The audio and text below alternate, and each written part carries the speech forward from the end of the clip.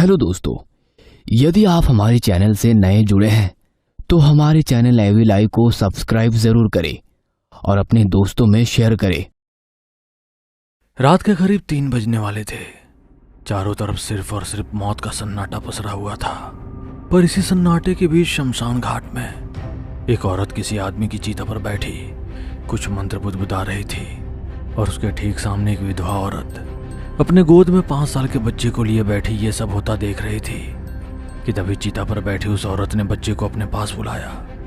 बच्चा भी डरा सहमा जैसे ही उस औरत के पास गया तो चिता पर बैठी उस औरत ने एक झटके में बच्चे का सिर उसके धड़ से अलग कर दिया, जिसकी छींटें नीचे बैठी उसकी मां पर पड़ी।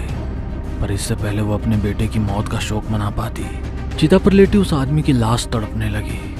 उसके आंख नाक से खून बहने लगा और फिर अगले ही पल सब कुछ फिर से शांत हो गया। राजेश बीच सड़क पर खड़ा आती जाती गाड़ियों को हाथ देकर रोकने की कोशिश कर रहा था, पर रात काफी होने के कारण कोई उसकी मदद करने को तैयार नहीं था। बहुत देर लोगों से लिफ्ट मांगने के बाद जब वो थक कर किनारे हुआ तो खुद ब खुद एक टैक्सी आकर उसके सामने रुक गई। क्या हुआ भाई साहब, कहीं जाना है आपको? हरिद्वार जाना है भैया, बस मिस हो गई तो सोचा लिफ्ट ले लूं, पर कोई रुकने का नाम ही नहीं लेता। वैसे आप कहाँ जा रहे हैं? हरिद्वार का नाम सुनते ही ड्राइवर ने टैक्सी का दरवाजा खोल दिया और मुस्कुराते हुए बोला, मैं तो दिल्ली जा रहा हूँ, लेकिन आपको हरिद्वार छोड़ दूंगा रास्ते में। ड्राइवर की बात सुनते ही राजेश की सारी परेशानी एक पल में गायब हो गई। उसने तुरंत ही बैग टैक्सी की पिछली सीट पर पटका और खुद आगे आकर बैठ गया। कुछ ही देर में गाड़ी भी हवा से बातें करने लगी थी और इसी दौरान दोनों की बातें भी शुरू हो गई। बात पहले काम धंधे से शुरू हुई, फिर परिवार तक पहुंची और बातों ही बातों ने राजेश हर उस आम इंसान की तरह ड्राइवर से यह सवाल पूछ ही लिया, भैया इतनी रात में गाड़ी चलाते हो, कभी भूत वूत दिखा है क्या? राजेश सवाल पूछकर शांत हो गया था, लेकिन ड्राइवर के पास इस सवाल से जुड़ी एक दिलचस्प कहानी थी। ऐसी कहानी जो राजेश ने कभी सपने में भी नहीं सोची थी। हाँ भैया दिखा तो है, लेकिन हमें नहीं, हमारे पिताजी को। ड्राइवर के इतना कहते ही राजेश के कान खड़े हो गए। उसने तुरंत ही ड्राइवर से यह किस्सा सुनाने को कहा, पर ड्राइवर ने कुछ कहने से पहले राजेश के आगे एक शर्त रखी। कहानी तो हम सुना देंगे, लेकिन बदले में तुम्हें मेरा एक काम करना होगा। बोलो करोगे? हाँ कर दूंगा, पर किसी को जान से मारने को तो नहीं बोलोगे ना?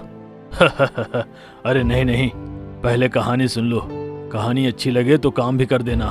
तो इस बात पर आकर दोनों राजी हो गए और कहे अनुसार ड्राइवर ने भी एक्सीलेटर को जोर से दबाते हुए कहानी सुनानी शुरू कर दी। तो जैसा कि हमने बताया था, ये कहानी हमारी नहीं हमारे पिताजी की थी और वक्त था 1982 का। उन दिनों पिताजी हरिद्वार में चलाते थे। दिन में अच्छी कमाई हो गई तो ठीक, वरना फिर पिताजी को रात में भी सवारी के लिए निकलना पड़ता था। तो ऐसे ही एक रात पिताजी सवारी के लिए चक्कर काट ही रहे थे कि एक बहुत मोटी औरत ने उन्हें हर की पौड़ी नाम की जगह पर जाने के लिए हाथ दिया। पिताजी भी सवारी देखकर रुक गए। औरत का वजन ज्यादा था, इसलिए पिताजी ने उससे ज्यादा पैसे मांगे और वो औरत पैसे देने को तैयार भी हो गई। लेकिन हैरानी की बात यह थी कि औरत वास्तव में मोटी तो थी, लेकिन जब पिताजी चला रहे थे तो उन्हें ऐसा लगा जैसे कि रिक्शा खाली ही खींच रहे हैं। उन्होंने पीछे मुड़कर देखा तो मोटी औरत बैठी हुई थी। तभी पिताजी को धीरे धीरे किसी अनहोनी का एहसास होने लगा था, पर बिना कुछ बोले पिताजी उसे हर की पौड़ी ले आए। हर की पौड़ी आते ही वे औरत कब नीचे उतरी पिताजी देख भी नहीं पाए, और नीचे उतरते ही उस औरत ने पिताजी से कहा, मैं गंगा में डुबकी लगाने जा रही हूँ, 15 मिनट में वापस आ जाऊंगी, तब तक तुम मेरे सामान का ख्याल रखना। इससे पहले पिताजी उस औरत से कुछ कहते वो डुबकी लगाने को चल दी थी। पिताजी भी मन मार कर उसका इंतजार करने लगे। पहले 5 मिनट हुए, फिर 10, फिर 15, फिर 25, लेकिन उस मोटी औरत का कहीं कुछ पता नहीं चला। पिताजी ने नीचे जाकर भी देखा, लेकिन पूरी जगह खाली थी। भला रात के 3 बजे कौन पागल ही गंगा में डुबकी लगाने जाएगा, और वैसे भी ये समय तो शैतानों का होता है। पर ना चाहकर भी पिताजी ने 2 घंटे तक औरत का इंतजार किया, और 2 घंटे बाद भी जब वो नहीं आई तो पिताजी ने उस औरत का रखा हुआ सामान खोल कर देखा, जिसे देखते ही पिताजी के पैरों तले जमीन खिसक गई। वो औरत एक बैग लेकर आई थी जिसके अंदर एक पोटली थी और उस पोटली में भरी थी बहुत सारी राख और खूब सारे गहने। ये सब देख पिताजी को कुछ भी समझ नहीं आ रहा था, इसलिए वो सब कुछ समेट कर सीधा ही पुलिस स्टेशन को चल दिए। फिर आगे क्या हुआ? पुलिस वाले ने क्या कहा? और उस मोटी औरत का कुछ पता चला? कौन थी वो? भूत ही होगी। भला रात के 3 बजे गंगा स्नान कोई पागल ही करता होगा। मैंने कहीं पढ़ा था, सच कल्पना से भयानक होता है और डरावना भी। पिता पुलिस स्टेशन पहुंचकर किसी को कुछ बता पाते, इससे पहले ही एक हवलदार ने पिताजी के हाथ में वो पोटली देख ली। फिर क्या था, हवलदार ने पिताजी को पुलिस स्टेशन के अंदर जाने से भी रोक दिया। वो दूर से ही पिताजी को भगा रहा था, लेकिन बार बार बोलने पर आखिरकार हवलदार ने अपना मुंह खोल ही दिया। देख, मैं जानता हूँ इस पोटली में क्या है और ये पोटली किसकी है, इसलिए कह रहा हूँ अब तू जिस शराब का भागीदार बन चुका है उसे किसी और के सिर मत पड़। जाकर हरिद्वार में किसी गुफा में समाधि ले ले, नहीं तो जितनी जल्दी हो गंगा में डूबकर इस खेल को खत्म कर दे। वैसे भी तेरी जिंदगी अब नर्क होने वाली है। हवलदार की सारी बातें पिताजी के ऊपर से जा रही थी। उन्हें हवलदार का कहा कुछ भी समझ नहीं आ रहा था। थक कर पिताजी ने भी हवलदार से झुंझलाते हुए कहा, एक तो बेटे के पढ़ाई के पैसे नहीं जुटा पा रहा हूँ, ऊपर से ये औरत भी बिना पैसे दिए ही भाग गई, और जब उसका सामान लेकर आपके पास आया तो आप भी अजीब अजीब बातें कर रहे हैं। आखिर ऐसा क्या है इस पोटली में जिसे बोलने में भी आपको डर लग रहा है? ये पोटली नहीं चलता फिरता श्राप है, श्राप। जिस औरत की पोटली लेकर तू मेरे पास आया है ना, वो औरत नहीं डायन है, जिसने अपनी पापों की पोटली बनाकर तुझे थमा दिए और खुद गंगा में जाकर विलीन हो गई। पर आपको कैसे पता कि वो डायन है? क्योंकि तेरे से पहले 4 लोग और आए थे मेरे पास इसी पोटली को लेकर, और उनका क्या हुआ ये किसी को पता नहीं। तू अब इस पोटली से छुटकारा नहीं पा सकता, समझा? तू इसे फेंक भी देगा तो ये खुद ब खुद तेरे पास आ जाएगी, और इसे गंगा में फेंकने या फिर आग में जलाने की कोशिश मत करना, वरना इस पोटली के साथ साथ तू भी जल डूब जाएगा और वो औरत फिर से वापस आ जाएगी अपने श्राप की पोटली किसी और को देने के लिए। इसलिए अब इसे अपने पास ही रख, समझा? और जा यहाँ से। हवलदार से सारी कहानी जान पिता के होश ठंडे पड़ गए।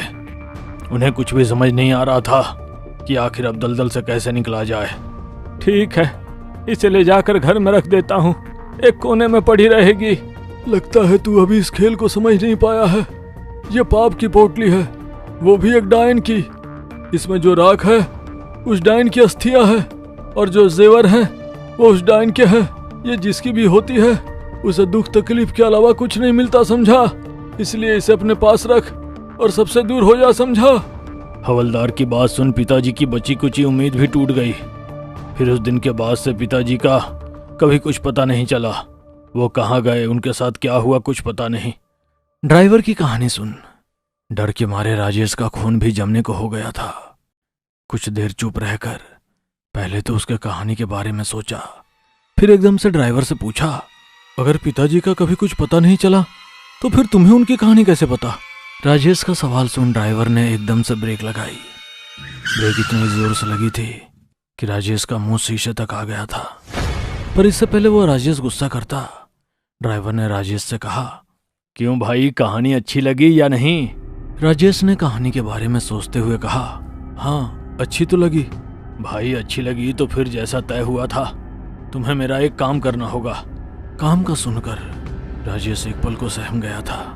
शायद डर क्या होता है ये उसे मालूम चल चुका था। उसने हकलाते हुए पूछा, अब बताओ तो क्या करना होगा मुझे? अरे भाई डरो नहीं, कुछ ऐसा वैसा काम नहीं करवा रहा तुमसे। बस मेरी डिक्की में एक सामान पड़ा है, वो निकाल कर मुझे दे दो बस। ड्राइवर की बात सुनकर राजेश की जान में जान आई। बस इतना सा काम? लो अभी कर देता हूँ। ये कहते हुए राजेश जोश में गाड़ी से उतर पीछे डिक्की की ओर चल दिया। इधर ड्राइवर भी डिक्की खोलने का बटन दबा चुका था, और जैसे ही राजेश ने डिक्की खोली, डर के मारे उसके जिस्म का रोम रोम थर्रा उठा। डिक्की में एक पोटली पड़ी हुई थी, ठीक उसकी आंखों के सामने।